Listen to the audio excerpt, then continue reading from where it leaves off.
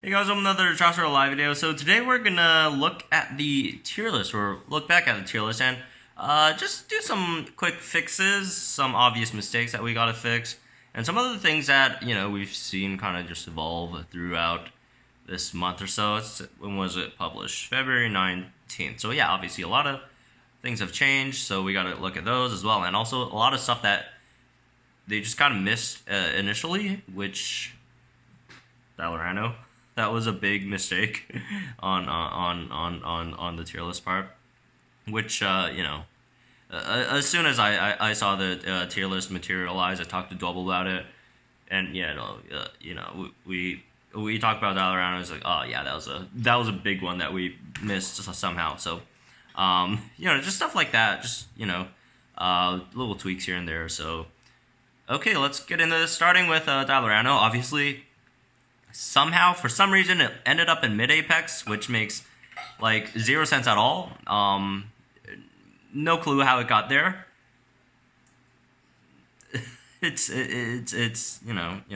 just an obvious mistake that, sometimes, stuff like this do get overlooked. There's, like, a billion dinos here, so it's reasonable to make a few mistakes here and there. But, yeah, Diarano, not mid-apex.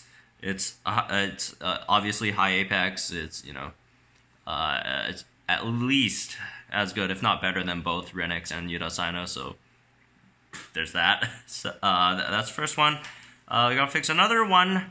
That I do want to talk about. Right here is Dragorex Gen 2. I wasn't too much involved in this this tier list.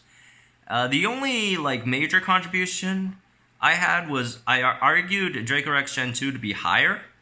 I thought low alpha was a bit low for it, and I got outvoted on that heavily, so I basically made no contributions to this. Since the only contribution I made was overturned, I guess.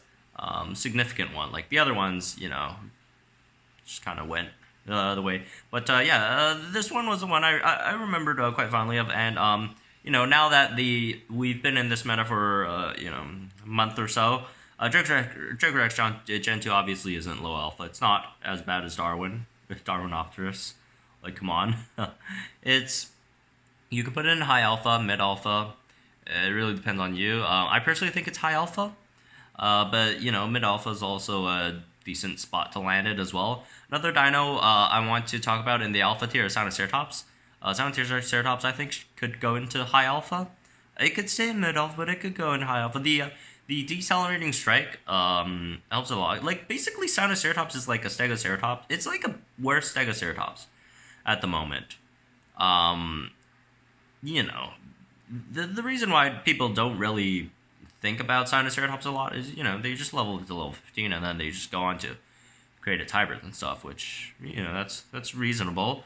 But Sinoceratops is as good, or, at least close to the capabilities of Stegoceratops.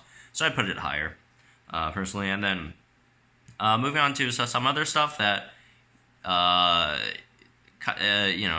we just kind of missed initially during the tier list. Skulosaurus is in beta, which is what? Let's see. Let's count. 1, 2, 3, 4, 5. 5 tiers below Tragodistus, which makes no sense at all. Very, very close. It's a Tragodistus light. Has less armor. Same. Similar base damage, I guess, if you really want to count all the multipliers and stuff. It's similar damage to Tragodistus. Lower armor, 20% lower armor, although it still has 20% armor, so it kind of has that going for it. And instead of greater stunning, it has slowing impact, and also instead of superiority, it has null. So I think it's a worse Tragodistus, but it's not as worse that it's like 5 tiers below it. So, Skulosaurus, another one I'd want to bump up. If you want to put it in mid-alpha, it's fine. I personally put it in high alpha as well.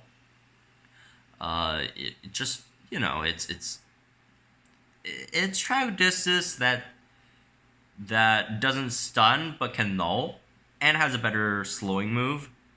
Well, I wouldn't say it's better, but for the purposes of slowing, of course, it's a bit better. So there's that.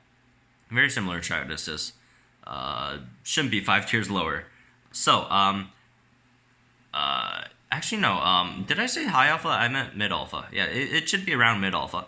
Another dino I want to talk about is Rajakylo should go up and Darwazopterus should go down. These two should swap places. Rajakylo, as bad as it is, Rajakylo, I mean, I guess it could stay in low alpha, but, I could also see it moving up 1 tier to mid alpha. It just depends on how you see Darwazopterus, I guess. But Darwazopterus, not a great dino at all. So, dropping it down, its stats are horrendous, and what it does as a bleeder is just awful, and as fan shouting, like its kit just doesn't make any sense at all. This dino doesn't make much sense. All right, moving on to some other ones. Let's talk about some dinos in Apex. Tormalock, you could bump that up to mid Apex. It's actually a decent lead for the moment being. Although we don't really want to talk too much. I don't want to really go too much into the lead meta right now. It's a bit complicated. But, Tormalock, it's not that bad. It's not as bad as, say, Megalosukis or Gripelith. Another one you do want to bump up is Stegodrax, at least mid-Apex. A common misconception when, they were creating this tier list was people thought, like, oh, it needed something to facilitate it. It needed a team around it. And, after a month or so of experiencing it, that's not true. You don't need anything to facilitate it. It could work very well on its own. It does have its downsides, obviously. It doesn't do too much direct damage. It really relies on bleeding, but, it's very effective at that. So, there's that. Stegodrax moves up 1, mid-Apex. Tormalock moves up to mid-Apex. Darwiz down. Rajakylo up. What else? Oh, another one, Caprasukis. Caprasukis in beta right now. It could honestly go to low or mid alpha. Caprasukis very effective dino. Crazy turn 2 damage. Has that swap in utility. Really good stats overall. Just really good dino. Solid dino. It's not as bad as if you look at the dinos around it. Like it's I don't think it's even a competition. Like Aloe, Berry, like come on. It's better than all those. It's it's easily better than them. What else did we need to look at? I think one more that some people might want to move up is Alanka. I personally don't mind it being in mid alpha, but I could also see an argument for it moving up. It does have those defensive capabilities.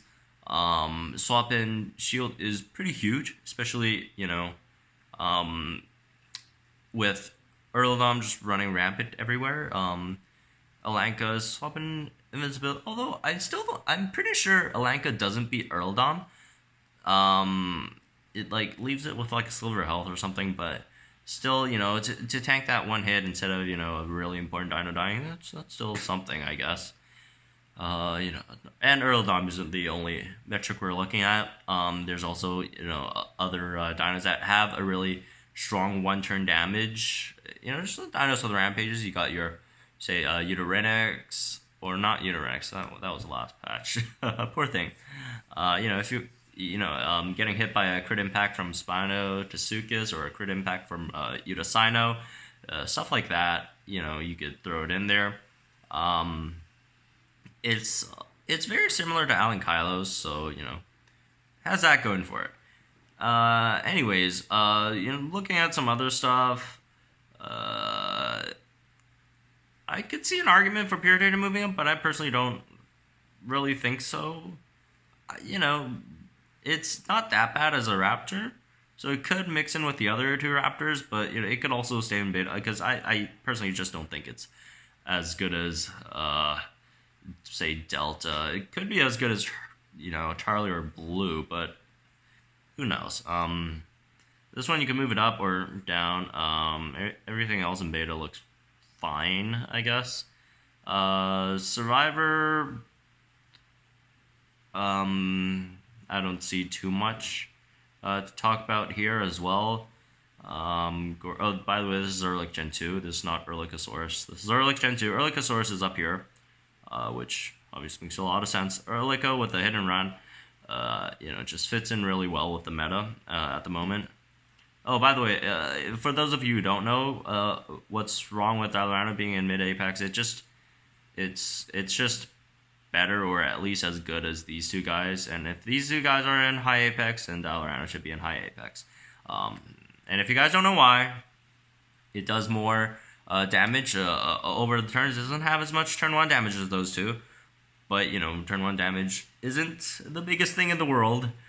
And it does have more damage over the turns than those two. So, that's an argument for putting it in apex. Also, it has Security Strike, which is just straight up better than D-Cell Strike. So there's that. Also, it has the same HP as Red X. So, that's an obvious one. Ornithomimus is something I also do want to look at. Too bad there's not, like, another tier between high apex and mid apex, but, Ornithomimus, really solid dino. I've heard of people wanting to drop Grypo down a tier because people say Dio is better. I would disagree. I think I don't necessarily. I think they're like quite even at the moment. They're both really bad. I don't think, even if you are to argue that Grypo is worse than Dio, which I can see that argument, but even if you think Grypo is worse than Dio, it's not that worse to warrant a different tier. Like these two dinos differences are really marginal. The matchups they win/lose are, around the same amounts. Not the same dinos, the same amounts, but I just don't see why people would separate these two into a different tier. But anyways, that's it for this little revision of the tier list. Now that we're like a month in, so there's that. Anyways, I hope you guys enjoyed this video. Have any other thoughts on this? Anything I might have missed, or anything like that? Just feel free to tell me, or not tell me, just discuss among yourselves in the comment section down below. And a month in, meta still seems shaken up a bit, but not too much. So anyways, I hope you guys enjoyed this video. Subscribe if you guys are new to the channel, and I'll see you guys tomorrow when we have a big strike. I still haven't done all my rare attempts yet. I have like 15. No, I have like 25 more remaining, so I have to go do that today, and hopefully I can get back for the Raptors game tonight. So who knows? Anyways, I'll see you guys tomorrow then.